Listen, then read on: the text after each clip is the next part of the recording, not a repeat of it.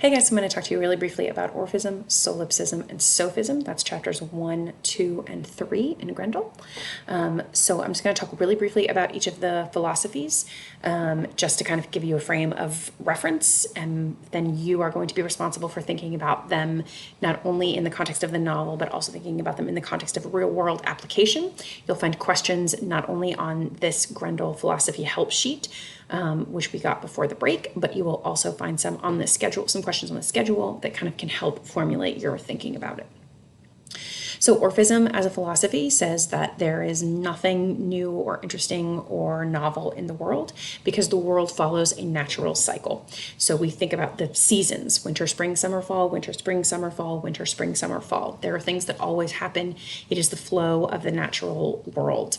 There might be anomalies and slight deviations from it, but in the grand scheme of things, everything in terms of seasonal change or the way that the natural world progresses follows a pretty simple pattern. And this philosophy just says that that's really what human life does as well. That's really what human purpose does as well. So there are some questions that arise from that if nothing is new or interesting, then what is the function of individual identity? What is the function of progress? How do we sort of deal with those things?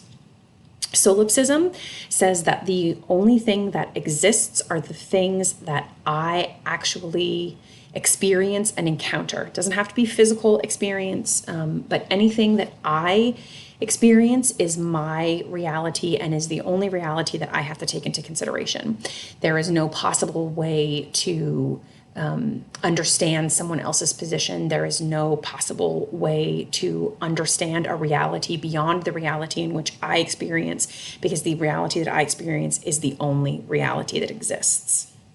So that begs a really interesting question about relationships. Sophism is really about sort of critical thinking to the umpteenth degree, being able to take a problem and look at it from a variety of perspectives, being able to argue an argument from every single side, being able to look at an experience from a round perspective, right? Sort of never picking a side, always being able to play devil's advocate, always being able to see things from the other side, which of course begs the question: if you can't fundamentally believe in anything, do you have an identity? Do you have a passion about something, right? Like, if everything in the world is really just a meaningless argument because you can argue it from both sides, does that mean that any of those things that we feel are like truth are really actually truth or are really actually important?